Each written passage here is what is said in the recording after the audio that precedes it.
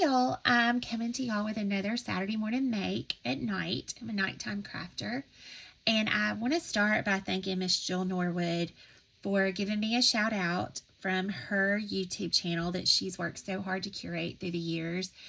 And it was the sweetest, most wonderful surprise this afternoon when I logged on YouTube to see that she had subscribed to my YouTube channel and given me a shout out from her page. It's genuinely appreciated, and I have been on YouTube for years, but just watching, never with an official account or never actually posting videos. And I appreciate every one of the Saturday Morning Makes crafters and artists, because y'all inspire us no matter what we're going through, to sometimes to remember what it's like to sit down and escape the day crafting. And my husband a lot of times doesn't understand how I can sit and color for 4 or 5 hours, but it's a genuine escape to me, and it always has been. And I'm so thankful that I have that joy in my life. And it goes back to when I was a small child. For one of the Christmases, I received what Santa Claus called it an artist case. And it was just a little, almost like little brown suitcase sort of thing.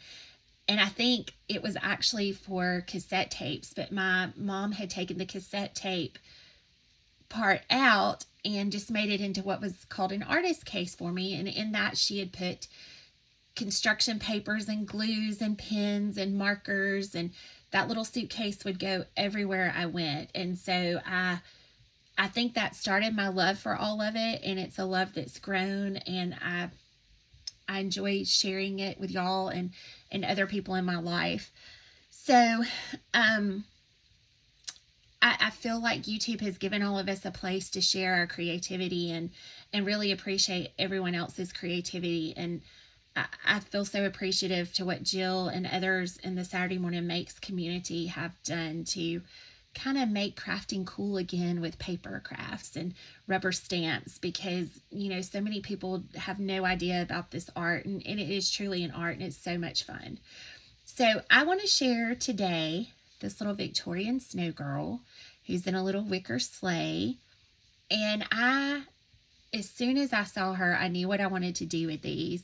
It reminds me so much of the vintage wrapping papers and old ornaments my mom and grandmothers had when I was growing up. And I really wanted to capture the whimsicalness of a little snow girl, but also kind of bring in a little bit of Victorian and old Christmas element to these. So I have 6 different ones, and I tried to color them all a little bit different colors and a little bit different backgrounds, just to show all the different things that you can do with one stamp. So I'm going to show you these. This is the first one. You can tell I have my little torn flannel strips at the top, the little jingle bells, and it says Christmas greetings on it. The little snow at the bottom. There's this one. There's the backs.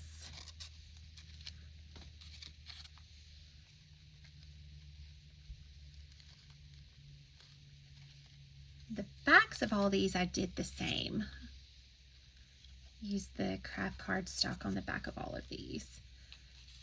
But all of the front papers are a little bit different, and each of the snow girls are colored a little bit different.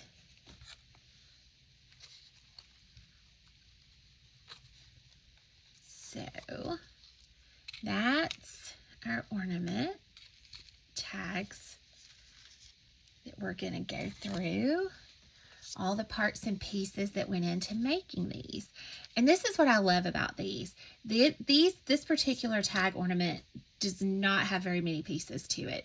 But to me, it has a lot of bang for the design. It was simple, but it just tied together so cute. So the first thing was, this was the stamp. And it's an old wooden red rubber stamp. And I do not know the maker of this one. As you can see, there is no maker on the side. It is not a PSX, but it very much reminds me of a PSX. The way the wood is, it's sealed very much the same way, the same kind of red rubber, but it's not one of their designs, but it reminds me of one of theirs as far as how it was made. And it is definitely an older one. It's been around for a while. I just have no idea who the maker is. But that's what she started with. It's just an old red rubber stamp. And she was stamped in the Distress Ink Vintage Photo. I use the Vintage Photo a lot because to me it's very easy to get that brown to fade into your backgrounds without being a very harsh color. So that was that. And I want to show you, this is what she looks like stamped, just plain stamped on an index card, a piece of white paper. Very simple, not intricate coloring, not something you have to spend 4 hours, coloring one and trying to shade. So that's what she looks like.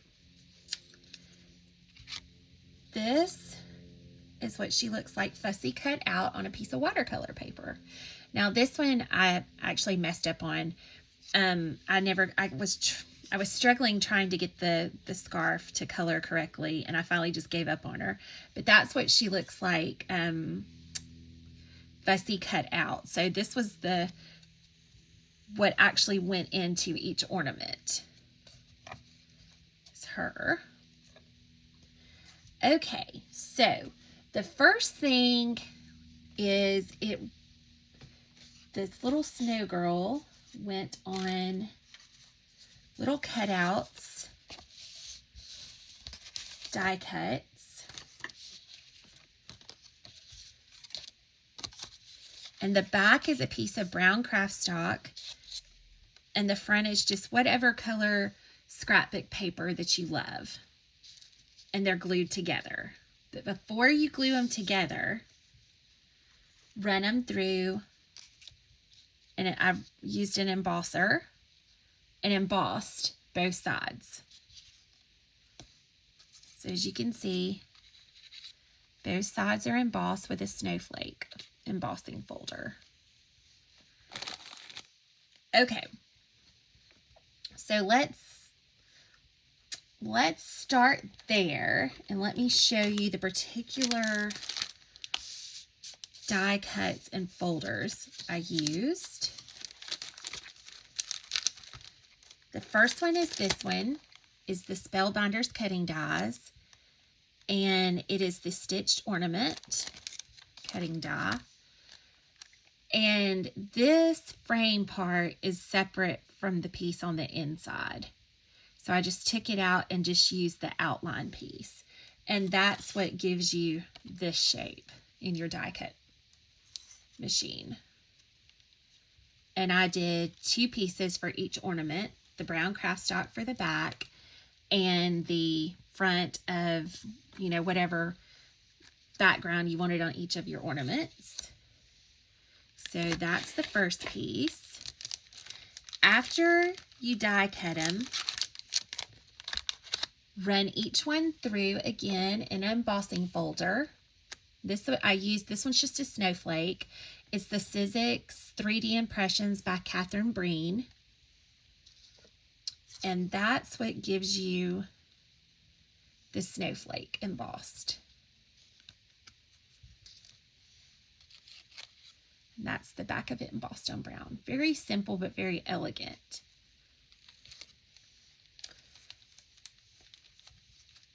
Then I used this die cut, which is a Sizzix Tim Holtz, and it's the Angel Wings. And this is one of my favorite ones. I use it all the time because it has so much character without much work to it.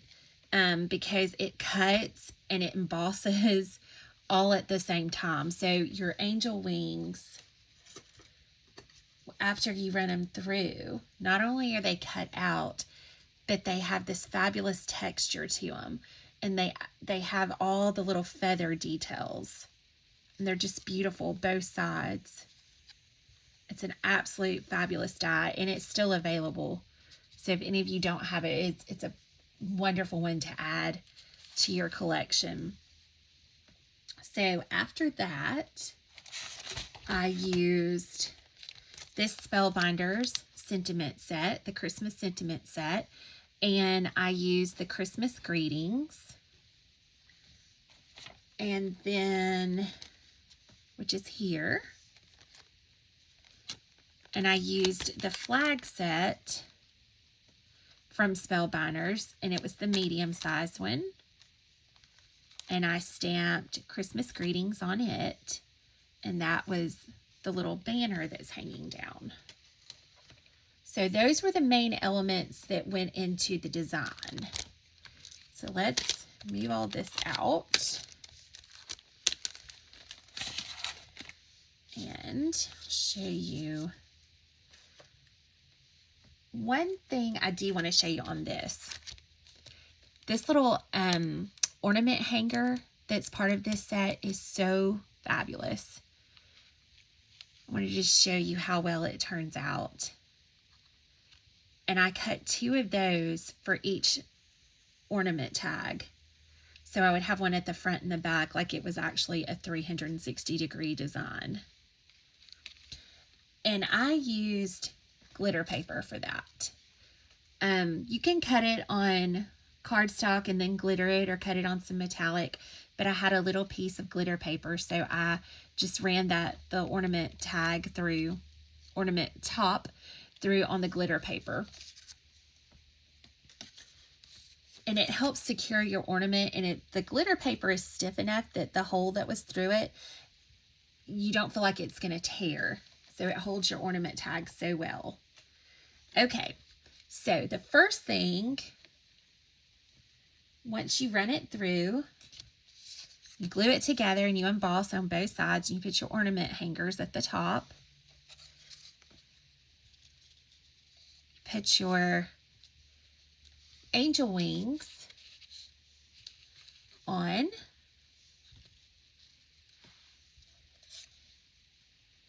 Then your snow girl. And I used the little cushion glue tabs, that like the 3D embossing glue tabs that will raise up your artwork. That's how it looks like she's raised up. And then you just bend the wings up just a little bit to make it look like she's flying. So that gives you that. Now, for her fur on her muff and around her hat, I have an old bottle of flocking, and y'all, this flocking is 20 plus years old. It has been around so long, and I have used it on so many projects, and it's one of those mysteries that no matter how much you use it, it never seems to go down. So if you don't have a bottle of white flocking, this company is no longer around. It's Fun Stamps, but find some white flocking, because it is so fun at Christmas to add that little design element to little furry muffs and little ears and stuff. It just adds a different texture. So the other thing, for the actual snow at the bottom, I like to use, you can get a giant bag of this snow. I get it at Hobby Lobby every Christmas, and this is what it looks like. It's just like really light little curly cues, and you pull it and you separate it and you fluff it until you get it the shape that you want, or how thin or how thick. And it just makes great little snow without being messy, because when you get done, you can just ball it all back up and put it back in your bag, and it doesn't separate and shake out everywhere. So to me, it's a great little snow that actually looks like snow, but without being messy. So I put the little snow under her sleigh. Then for her nose, these are the little diamond dot painting accessories, I guess. I don't do the diamond dots, but I saw these in the craft store, and I was like, oh, these would make perfect snowman noses. So I got a bottle, and I think it gives you just enough, the little rays, to give you the impression of it being the carrot. And so these make perfect little snowman noses. Now for the wings, I use the Stickles Gold, and with my finger, just rub some on all the wings to give it the little bit of gold sparkle. Each one has the circle hook on it at the top through the tag, and a bell. Each one has a little bell. I added a little goldish vintage brass looking bell at the top. Now here's something I did want to share with y'all also. I want to show y'all, I use this glitter to highlight her snow parts under the sleigh and on the actual snowy parts of the snow girl, and on the snow itself I added some. And it's the Ranger Tim Holtz Distressed Rock Candy. Now, it is genuinely crystal clear glitter. And I wanted to show you this. I wanted to show you the difference. A lot of the glitters that say they're clear, they actually will pick up the Prisma colors on them. And it's not a bad thing.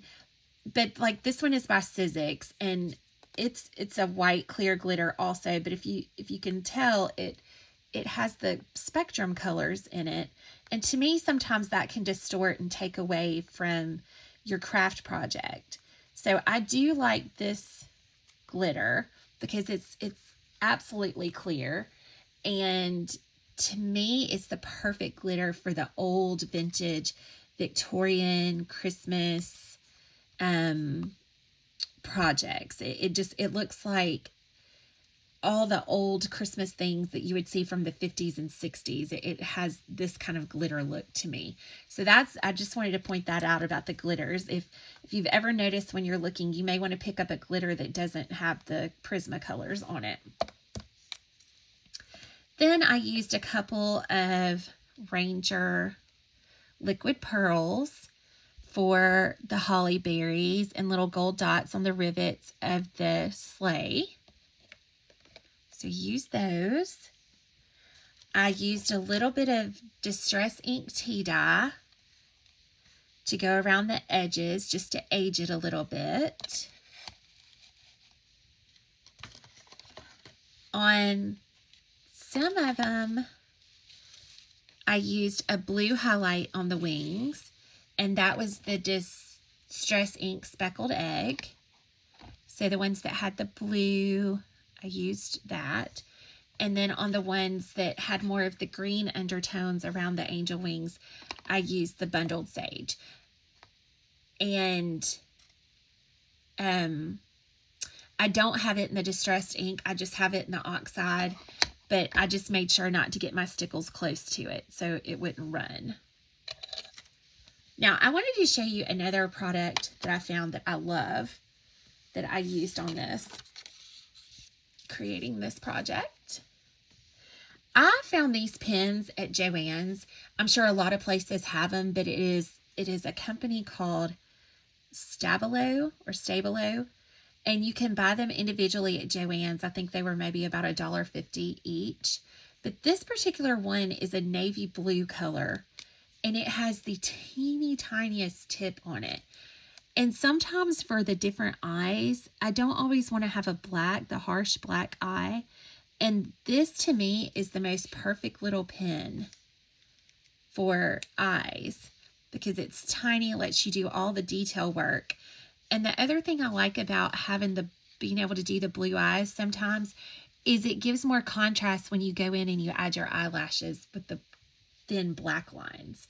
So I wanted to show that because sometimes it's harder to find really fine tip colored pens, and they have a whole bunch of colors at Joann's.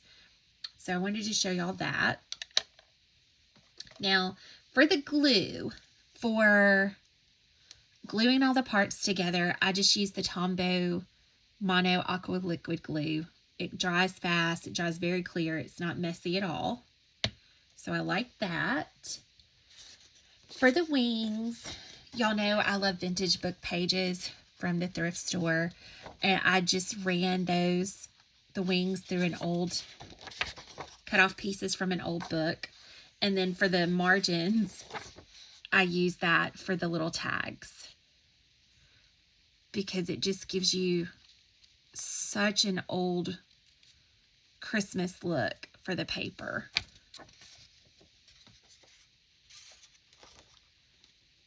And y'all know I love my flannels to tie at the top. And so I have my flannel jar, and I just used all the different little pastel and traditional red and green colors to tie at the top. And I just love this. It just gives it that soft, very aged, old Christmas look. You can see all of these. They're so fun. I had such fun creating these.